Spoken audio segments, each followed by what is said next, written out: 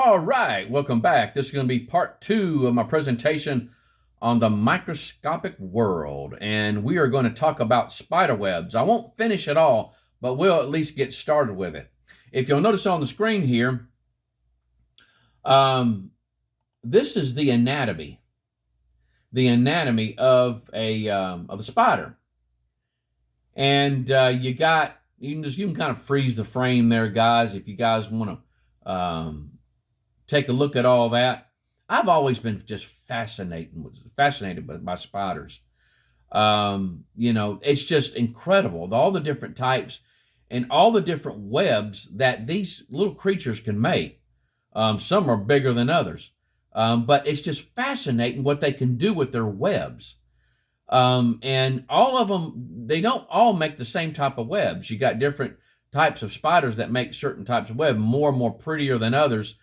And they use them as for tools and stuff. And when I got to looking at this, I was like, when I got to really researching, into the spider webs and stuff like that, I was like, oh my goodness.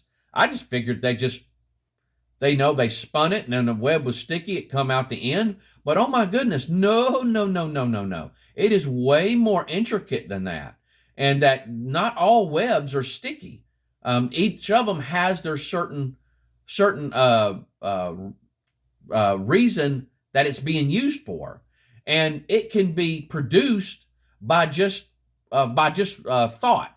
It just say, okay, I need this type of web for this, and immediately it comes out. And if it needs something, well, it can produce this, and it's just on demand. On demand, it can produce whatever silk that it needs for whatever purpose. And so now, this right here is some web that's coming out of the spinnerets from a spider, and it's just amazing, guys, how it just it can just keep coming out as it's being pulled out. Now, this is actually from a video. I did a freeze frame it. I freeze framed it, and it actually, as they were pulling on it, that web was just coming right on out. Have you ever had a spider land on you, and then you went to get it off, and it jumped off, and leaving a web behind? And when you went to grab the web, and as you're holding it, the spider is going down further and further. It's just producing it while it's absolutely just an incredible skill. And it's just amazing how these creatures, again, I'm just always have been fascinated by this. And so I tell you what, if I can find the video that this came from, it's a creation video, but it's a VHS tape that I got called Treasure Hunt, Eight-Legged Engineer, from the Moody Institute, Moody Video, and from 1985. And so now, let's look at a micron. What is the size of a micron? And so you're going to need to know this, guys. And so that whenever I start showing you things in the future, you're going to hear me say micron and from here on out on certain things, and you'll be able to have at least a visual aid on exactly what is it. And so you got these different scales here. You got a grain of salt, which is 60 microns, and then you got a dust mite, and then of course you got the human hair, which is 100. Now that is a cross. Imagine having a hair and you just clip it, and you got a cross section. That is how thick a human hair is. And then you got a grain of salt, and then you got dust mites and pollen grains, bread mold spore, anthrax, and then a neuron cell. And so that gives you a little visual on how big this stuff is. And so now, this here is spinnerets. Web silk is released from 6 spinnerets, which spin 5 different types or 5 different kinds of silk from 3,600 holes. 3,600 holes. The little individual holes that you see here, these little things that the web's coming out, is called spigots. And so look at that, guys. Look at that.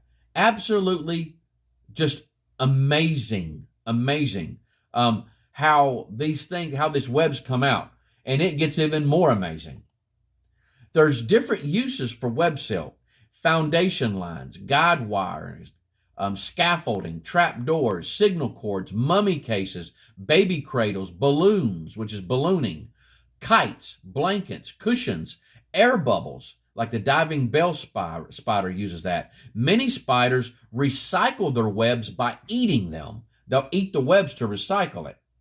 And then you got this spider here, the bolus spider. The bolus spider. And now a bolus, and notice how it's holding that web, guys, with that little droplet of web silk there. Now, a bolus was used by the Native Americans in the Middle and South America. See that guy right there with that rope there, and he's got those balls on the end. And what they would do is they would throw it at an animal at like their feet, and it would entangle them up. And so that's what they did with it. Now, this spider will do the same thing. It will sit there and it will twirl that thing around, and when a moth or some type of flying insect comes by, it throws it at it. It throws it at it, and then bang, it got it. Now, that is absolutely amazing how it can do that. And so, but again, this is one of the tools that a spider will use for its web. And then, of course, you got the trapdoor. Trapdoor spider is absolutely just amazing. And so, how it can do that. And so now, these trapdoors, or the tunnel from the trapdoor, can go 12 to 16 inches deep. So we're looking at about a foot to a foot and a half deep. And so, but at any rate, this trapdoor, this species, certain species, you got Gaius velocis, you got the genus, and then you got the species afterwards. Remember from my Noah's Ark presentation that the genus will always be capitalized and the species won't. And so, but this species of spider, the female lived 43 years, guys. 43 years. I was always amazed because I've heard that female tarantulas can live 20 to 25 years. And so now my son had one, and it lived, I think, 15 to 17 years. That spider literally saw him grow up. It literally saw him grow up. And then you got these type of spider webs. Now, this is out at our house. That bush is no longer there. But you see how that spider web, guys? See how that is? How it's like a cradle, and then bugs land on that, and then the spider runs out and gets them. And here's some more of the same type. They've got like a tunnel. There's a tunnel in the middle of this web, or sometimes it'll be towards the end or on the edges of the web. There'll be like a tunnel where the spider hides down in there. And so an insect will go up on that, crawl up on it, get tangled, stuck, or whatever, and then the spider will come out and get it. And now orb weavers. Orb weavers is the real beautiful webs that you'll see. And this spider right here is an orb weaver spider, and it's making that orb weaver web. And so, but again, usually these spiders like this, I'll start seeing them around the end of September, of October. That's when I'll usually start seeing these big spiders. You start seeing the big abdomen spiders start making webs. And now, these are the glands from that produces the spider silk. Different glands for different spider silk. Orb weaver spiders have access to up to 7 glands to produce different kinds of silk and glue. And so, and then it gives you the different types there. You've got the wrapping silk, you got framework, temporary spiral, sticky spiral, and then egg cases. So whatever it needs, it can produce it on demand. It's made, now the orb weaving web is made from 2 types of web. There's a stiffer and non-sticky, that is the frame, the actual frame, the framework or spokes of the web is not sticky. And that's the part that the spider will walk on, because the spider itself can get tangled up in its own web. And the second one is the very elastic and sticky spirals. Now, those are the ones that the insects will get stuck in. The stiffer drag line is as strong as steel, of the same size. So if you was to take steel, shrink it down to the size of this web, it would be as strong as steel of the same size. With the elastic sticky web, the capsule spiral part is more weaker, but it can extend 10 times, 10 times as much as the dragline can. So then you got the framework here. Now this framework here is not sticky. It's not sticky at all. And you can, if you want to freeze this, I've got arrows pointing into what glands produce what part of the web. Then you got the temporary spiral. It stabilizes the web and gives the spider a guideline while it spins the final sticky spiral. And so it's, you know, if you ever get a chance to watch an orb weaver at work, it really is amazing. It really is amazing. And I've seen these spiders produce these things in darkness. In darkness. Have you ever walked into one? I always hate that. I always hate to even have to tear down one because the spider works so hard on it. But you know what? It will just immediately, on instinct, start another one up. The sticky spiral, as the spider lays down the sticky spiral thread, it removes the temporary spiral. It takes that away as it's spinning the other one. It's like a guide that it uses. It's just incredible. I mean, the animal kingdom is absolutely amazing. Now, this area here in the spider web is the free zone, and that's where the spider will hang out at. It's going to hang out in that area. This is a garden spider. They can get really big. These spiders are extremely impressive to look at, but I used to call them writing spiders. We used to call them writing spiders all the time, but they have that little zigzaggy artwork in the middle of it. And you see the egg case there, the egg case of the spider web. And again, that's from a different area gland of the spinnerets there. But take a look at that spider, guys. Them things are impressive, very impressive. What's really wild is if you ever get real close to one, it'll start bouncing its web. It'll start bouncing its web back and forth. And so, but at any rate, here it is wrapping up an insect. Wrapping up an insect. That's that wrapping silk, and that comes from a different part of the glands there. Again, on demand. Now, what's really neat here is sometimes you'll get insects that will fly through, or maybe the spider has already gotten an insect here. Well, it makes the holes in it. You see those little damages in all the webs there? Here's one. This was out at my house. I saw this little spider, this little teeny tiny spider that went inside that damaged part of the web, and it built it a web. Look at that. It's an orb weaving little teeny tiny spider inside of a damaged area of another orb weaving spider. It just kind of made use of that. I was absolutely astounded when I saw that. And so, but I want you to notice all these little damages here. You're like, oh man, the spider web is getting weaker and weaker now because of that. It's not as strong. Well, researchers have found that by removing up to 1/10 of the threads at different locations allowed the structure to carry 3 to 10% more weight. This shows this web's advantage over materials such as steel, which would simply break apart under such conditions. So the web became stronger and stronger as little parts of it was getting damaged. Get that. Natural materials are renowned for exquisite designs that optimize function, as illustrated by the elasticity of blood vessels, the toughness of bone, and the protection offered by nacre, which is mother of pearl.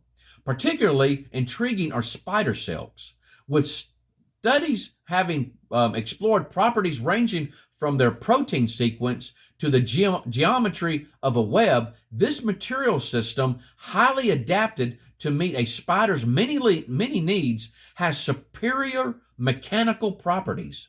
In spite of much research into the molecular design underpinning the astounding performance of silk fibers and into the mechanical characteristics of web-like structures, it remains unknown. Get that, guys. it remains unknown how the mechanical characteristics of the spider silk contribute to the integrity and performance of a spider web.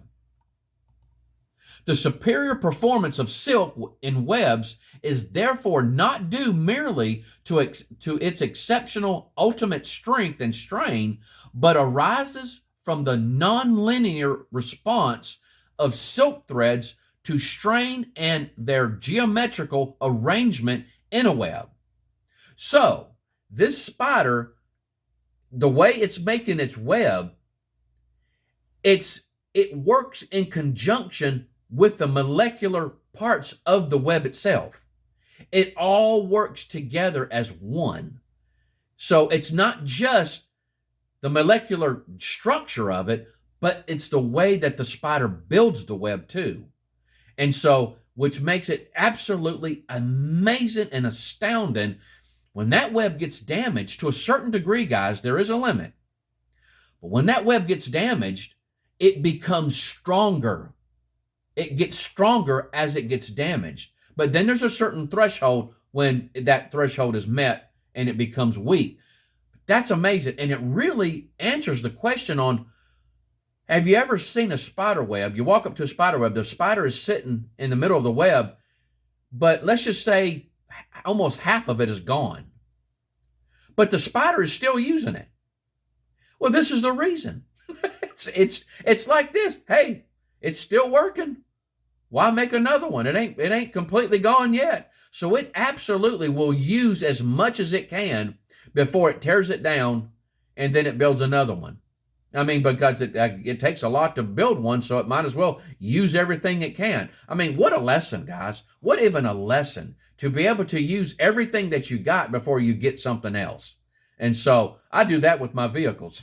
I drive them till the doors fall off before I get another one. But guys, we're going to stop right there. And so when we come back, we're going to continue on with spiders. And but isn't it just amazing when you look at this stuff? You know, we've seen spiders and spider webs all over the place. You really don't think anything of it. But when you really start to look hard at the design and how it was all put together, how can this evolve? How can this evolve? How? How do you evolve something like that? But you know what? They'll say it evolved. Give it enough time, it'll evolve. But anyway, we'll stop right there, guys. We come back, we're going to continue on with it. I'll let you guys chew on this. If I was able to find that link to that one video, I'll have it in the description below. If it's not there, I just wasn't able to find it. And so, but yeah, we'll see what we can do. There'll be more in the future, other places that I'll be sending you. But you guys take care. I love you and hope the Lord bless you real good. Bye-bye.